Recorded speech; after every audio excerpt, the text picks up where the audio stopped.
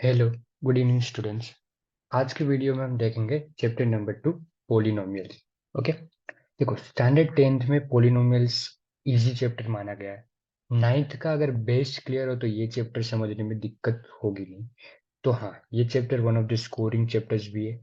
इसमें से भी मिनिमम मार्क्स का पूछा जाता है। एमसीक्यूज भी आ सकते हैं, 2-3 मार्क के क्वेश्चंस भी इसमें से आ सकते हैं। ओके, तो हाँ, ये चैप्टर इम्पोर्टेंट है। अगर स्कोरिंग करना है तो ये चैप्टर पहले कर लो, क्योंकि इजी है, मेहनत भी कम लगेगी। अगर कॉन्सेप्ट क्लियर हो जाएंगे तो ये चैप्टर अच्छे से आ जाएगा। ओके, चलो स्टार्ट करते हैं पोलिनोमियल्स से। देखो, हमको भी पता है, हम पढ़ते आ रहे हैं छोटे स्टैंडर्ड से पोलिनोमियल्स क्या होता है, कि डिफरेंट डिफरेंट टाइप ऑफ क्या होता है, टर्म्स भी आएंगे उसमें, जिसमें एक टर्म हो, दो टर्म हो, तीन टर्म हो, उससे ज्यादा टर्म हो, उसको क्या बोलेंगे, हम पोलिनोमियल बोलते हैं। वन टर्म को मोनोमियल बोलते हैं, दो टर्म को क्या बोलते हैं, बायनोमियल, तीन टर्म को ट्राइनोमियल, और उससे ज्यादा हो तो पोलिनोमियल बोलेंगे। और सभी को पोलिनोमियल में कंसिडर किया जा सकता है। अब पावर के हिसाब से अगर मैं बोलूँ तो लीनियर होता है, उसमें पावर क्या होती है, डिग्री क्या होती है, डिग्री होगी 1। अगर क्वाड्रेटिक होगा तो उसमें डिग्री क्या आएगी, उसमें डिग्री आएगी 2। उसमें डिग्री क्या आती है, उसमें डिग्री आती है 2।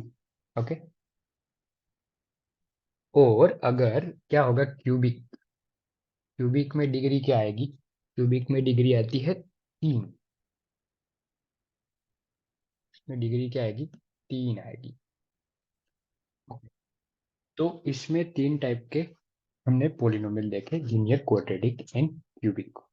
ओके, तो देखो, लीनियर में डिग्री 1 होगी, क्वाड्रेटिक में डिग्री 2 और क्यूबिक में डिग्री 3 होगी। ओके, तो ये भी पोलिनोमियल के टाइप है। ओके, अब देखो, सबसे पहले हम देख सकते हैं कि टाइप और number of solution. Number of solution, तो देखो लीनियर इक्वेशन का सॉल्यूशन क्या आएगा, लीनियर होगा अगर पोलिनोमियल, लीनियर पोलिनोमियल या तो इक्वेशन होगा, तो उसका सॉल्यूशन 1 होगा। क्वाड्रेटिक में 0, 1 और 1 लिख सकते हैं, या तो नहीं भी हो सकता, या तो 1 होगा। क्वाड्रेटिक में भी सिमिलरली 0, 1 और 2 तीन सॉल्यूशन आ सकते हैं। और क्यूबिक में चांसेस क्या है, 0, 1, 2 या तो 3। देखो सभी आ सकते हैं। ओके, अगर कोई पोलिनोमियल है उसमें जीरो वैल्यू भी हो सकती है, जीरो सॉल्यूशन भी हो सकता है, 1 सॉल्यूशन भी होगा, 2 सॉल्यूशन भी होगा, और 3 सॉल्यूशन भी दिए जा सकते हैं।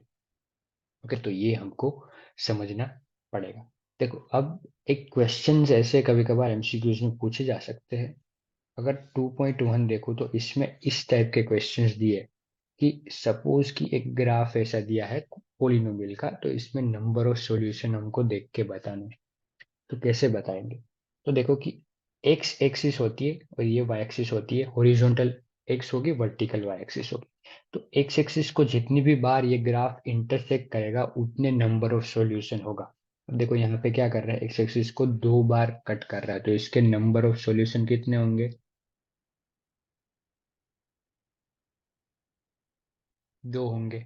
सपोज कि एक लाइन ऐसे कट कर रही है, तो यहाँ पे कहीं कट कर रही है, तो उसका नंबर ऑफ सॉल्यूशन हो जाएगा 1। अगर 3 बार कर रहे हैं तो उसमें क्या आ जाएगा, नंबर ऑफ सॉल्यूशन आ जाएंगे 3। सपोज कि ऐसे दिया है, तो इसमें नंबर ऑफ सॉल्यूशन कितने होंगे, तो देखो 1, 2, 3, 4, 5 एंड 6। तो इसमें नंबर ऑफ सॉल्यूशन हमको दिए है 6, क्योंकि एक्स एक्सिस को 6 बार इंटरसेक्ट कर रहा है, तो इसके नंबर ऑफ सॉल्यूशन कितने होंगे, 6 होंगे। तो ये ऐसे टाइप के क्वेश्चन एमसीक्यू में पूछे जा सकते हैं। अब क्या है कि फैक्टराइज द पोलिनोमियल करके भी पूछे जा सकते हैं। फैक्टराइज दी पोलिनोमियल, उसमें इन जनरल क्वाड्रेटिक पोलिनोमियल ही लेंगे। सपोज कैसा दिया होगा, x square, square plus 6 + 5x ले लेते हैं, चलो। ओके, तो देखो, अब इसमें हमको यूज क्या करना है, स्प्लिटिंग द मिडिल टर्म वाली मेथड यूज करनी है, क्योंकि लॉन्ग डिवीजन मेथड आप में हट गई है। ओके, तो इसमें हमको यूज करना पड़ेगा स्प्लिटिंग द मिडिल टर्म।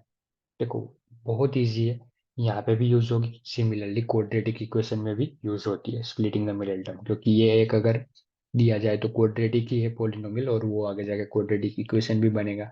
तो इसमें मुझे फैक्टराइज करना है, तो इज इक्वल टू जीरो नहीं लूंगा तो वो पोलिनोमियल बनेगा, अगर इज इक्वल टू जीरो ले लूँ तो वो बन जाएगा क्या, क्वाड्रेटिक इक्वेशन बन जाएगा।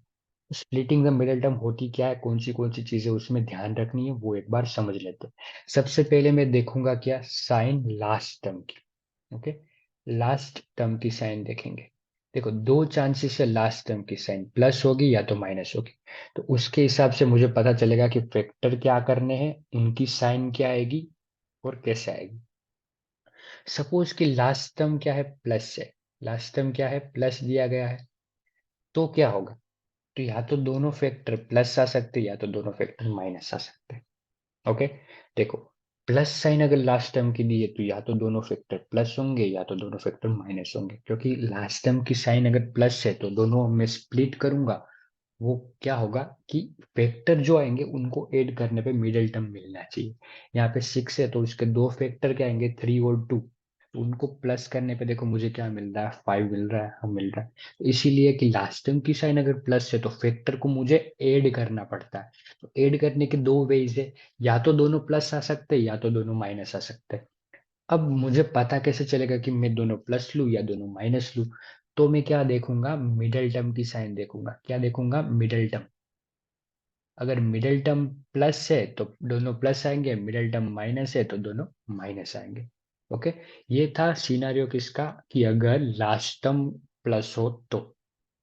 ओके, अब अगर लास्ट टर्म क्या दिया हो, माइनस दिया हो, तब क्या करेंगे। सपोज कि लास्ट टर्म क्या दिया है, चलो वो भी एक मैं एग्जांपल के साथ दोनों समझाऊंगा ताकि इजीली आपको समझ में आ जाए। अभी लास्ट टर्म अगर माइनस है तो देखो मुझे करना क्या पड़ेगा, सब्सट्रैक्शन ही करना पड़ेगा। दोनों फैक्टर का सब्सट्रैक्शन होगा 100%। तो या तो प्लस माइनस में सब्सट्रैक्शन हो सकता है या तो माइनस प्लस में सब्सट्रैक्शन हो सकता है। अब देखो इसमें क्या होगा कि दोनों फैक्टर है अलग अलग। ओके, तो किसको प्लस दे किसको माइनस दे, अगेन थोड़ा सोचना पड़ेगा। तो उसमें क्या होगा पता है, कि जो बड़ा टर्म होगा, जो भी बड़ा नंबर है, बिगर फैक्टर ले लेते हैं। बिगर फैक्टर होगा, उसको मिडिल टर्म की साइन दे दो। अगर सपोज कि बड़ा फैक्टर 5 और 3 में बड़ा फैक्टर 5 है और मिडिल टर्म 5 है तो प्लस की साइन दे देंगे 5 को और 3 की साइन दे देंगे माइनस। ओके, ऐसे करके हम समझ सकते हैं। तो ये एक इंपॉर्टेंट वे है जिससे हम फैक्टराइज कर सकते हैं स्प्लिटिंग द मिडिल टर्म में। फॉर्मूला हमको पता ही है, लेकिन फिर भी ये एक बार अच्छे से समझ लेंगे। चलो अब ये सम देखते हैं। तो इसमें क्या देखो, 6 के मैं फैक्टर निकालूंगा 3 और 2, क्योंकि प्लस है मिडिल टर्म तो दोनों प्लस ही आएंगे। 3x plus 2x plus 6। अब मैं क्या करूंगा, कॉमन निकालूंगा। क्या कॉमन निकलेगा, देखो यहाँ पे भी x है यहाँ पे भी x है तो x कॉमन आ गया, तो बनेगा x+3। प्लस अगर 2 कॉमन निकाल लिया तो भी क्या बनेगा, x+3। अब देखो दोनों में से अगर मैं x+3 को कॉमन निकाल रहा हूँ तो क्या बचेगा, x+2। तो देखो मुझे ये दो फैक्टर मिल गए इजीली। ओके, तो ये दो फैक्टर मुझे इजीली मिल गए ये क्वाड्रेटिक पोलिनोमियल के। अब सपोज कि क्या है कि लास्ट टर्म माइनस वाला देख लेते हैं। ओके, तो 1 मिनट लास्ट टर्म माइनस वाला देखते हैं। चलो लास्ट टर्म माइनस में क्या करना है, देखो फैक्टर्स हमको याद रखने हैं कि माइनस ही करने पड़ते हैं। ओके, तो वो चीज हमको भूलनी नहीं है। सपोज कि मैं क्या ले रहा हूँ, क्वाड्रेटिक पोलिनोमियल ले लेते हैं, x² माइनस एक्स और यहाँ पे अगेन -6 ही रखते हैं। ओके, तो देखो अब मुझे पता है लास्ट टर्म माइनस है, दोनों फैक्टर क्या आएंगे, प्लस माइनस ही आएंगे। ओके, तो सपोज लास्ट टर्म के दो फैक्टर निकलेंगे 3 और 2। 6 के दो फैक्टर है 3 और 2, माइनस प्लस ही करके मुझे आंसर आना चाहिए। हाँ, तो 3 - 2 करूंगा, आंसर आएगा 1। अब देखो यहाँ पे मिडिल टर्म की साइन माइनस है तो बड़े टर्म, बड़ा जो फैक्टर उसको माइनस और इसको मैं प्लस ले लूंगा। ओके, तो होगा क्या, अब अगर मैं स्प्लिट करूँ तो होगा क्या, देखो दोस्त होगा स्प्लिट करने पे x² -3x प्लस 2x और -6। अब देखो मैं अगर किया कुछ नहीं है, सिर्फ स्प्लिट किया, आंसर तो वही आएगा। अब मैं कॉमन निकाल सकता हूँ दोनों में, x को कॉमन निकाल लिया, क्या बचेगा, x-3। अब +2 को कॉमन निकालूंगा, क्या बचेगा, x-3 बचेगा। अब x-3 कॉमन आ गया तो क्या बचेगा, x+2 बचेगा। ओके, तो ये हो गया फैक्टराइज। ओके, अब अगर सिमिलरली देखो यही क्वेश्चन में एक और तरीके से, यहाँ पे मैं प्लस लिख रहा हूँ -6, तो क्या होगा, तो यहाँ पे फैक्टर +3 आएगा और -2 आ जाए। तो देखो यहाँ पे x कॉमन निकालने पे x+3 आ जाएगा और -2 कॉमन निकालूंगा तो अगेन x+3 आएगा। अब देखो माइनस कॉमन निकाल रहा तो अंदर की साइन चेंज होती है, इसीलिए कि माइनस भी आगे आ गई। ओके, अब x+3 कॉमन निकालने पे x-2 के आ जाएंगे, वेक्टर आ जाएंगे। ओके, तो इस हिसाब से ये दोनों सम हो सकते हैं, इसीलिए मैंने लिखा है। ये इंपॉर्टेंट है, ये हम अगेन क्वाड्रेटिक इक्वेशन में भी पढ़ेंगे। क्वाड्रेटिक इक्वेशन सोल्व करने की मेथड भी हम आगे एक बार देखेंगे। ओके, अब देखो एक क्या आता है कि सम ऑफ जीरोस। पहले तो जीरोस क्या होता है वो समझते हैं कि अगर पोलिनोमियल में वो वैल्यू पुट करने पे आंसर अगर मुझे जीरो मिल रहा है तो वो पोलिनोमियल का वो क्या एक हो जाएगा, जीरो हो जाएगा। ओके, कि अगर सपोज कि यहाँ पे देखो 3 और 2 दिए तो मैं x की जगह पे -3 पुट करूंगा इसमें तो भी आंसर जीरो आएगा, x की जगह पे 2 पुट करूंगा तो भी आंसर क्या आएगा, जीरो। तो सपोज कि 2² + 2 - 6, 2 का स्क्वायर 4 + 2 - 6, तो आंसर अगेन 6 - 6 क्या आ जाएगा, जीरो। तो देखो ये पोलिनोमियल का जीरो क्या होगा, 2 होगा। ओके, तो जीरोस क्या होता है कि पोलिनोमियल में वो वैल्यू पुट करूंगा तो मुझे आंसर क्या मिलेगा, जीरो मिलेगा। ओके, तो देखो सम ऑफ जीरोस, सपोज यहाँ पे अल्फा और बीटा क्या है, दो zeros of the quadratic polynomial है। ये क्वाड्रेटिक पोलिनोमियल के लिए यूज होगा। तो अल्फा प्लस बीटा का फॉर्मूला क्या दिया है, चलो सबसे पहले हम क्या समझते हैं कि एक standard form of quadratic polynomial को कैसे लिख सकते हैं, तो वो है a² + bx + c। यह है standard form of quadratic polynomial. Standard form है क्वाड्रेटिक पोलिनोमियल का। ओके, जिसमें पावर क्या है, मैक्सिमम 2 है, वेरिएबल है 1 x। ए हो जाएगा वो क्या हो जाएगा, x² का कोएफिशिएंट है, x का कोएफिशिएंट होगा b, और जो कांस्टेंट टर्म है उसको हम डिनोट करते हैं c के फॉर्म में। ओके, तो यह standard form of polynomial. Suppose कि इसके दो जीरो है, अल्फा और बीटा। तो सम ऑफ जीरोस अगर मुझे फाइंड करने हैं, जीरोस फाइंड किए बिना अगर फाइंड करना है तो उसका फॉर्मूला है -b/a, और अल्फा इंटू बीटा अगर दिया है तो वो है c/a। Okay, alpha into beta क्या होता है, in general product of the polynomial होगा, alpha plus beta the sum of zeros होगा, और प्रोडक्ट ऑफ जीरोस वो भी बोल सकते हैं।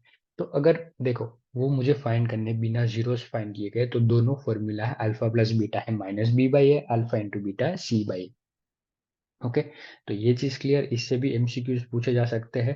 ओके, और आपको ये भी पूछा जा सकता है कि हाँ आपको पहले जीरोस फाइंड करने हैं, फिर उनको ऐड करना है, फिर ये फॉर्मूला अप्लाई करके हमको इक्वल आंसर लाना है। ओके, तो ये एक ऐसे टाइप के क्वेश्चंस भी आ सकते हैं, बोर्ड में जनरली पूछा जा सकता है।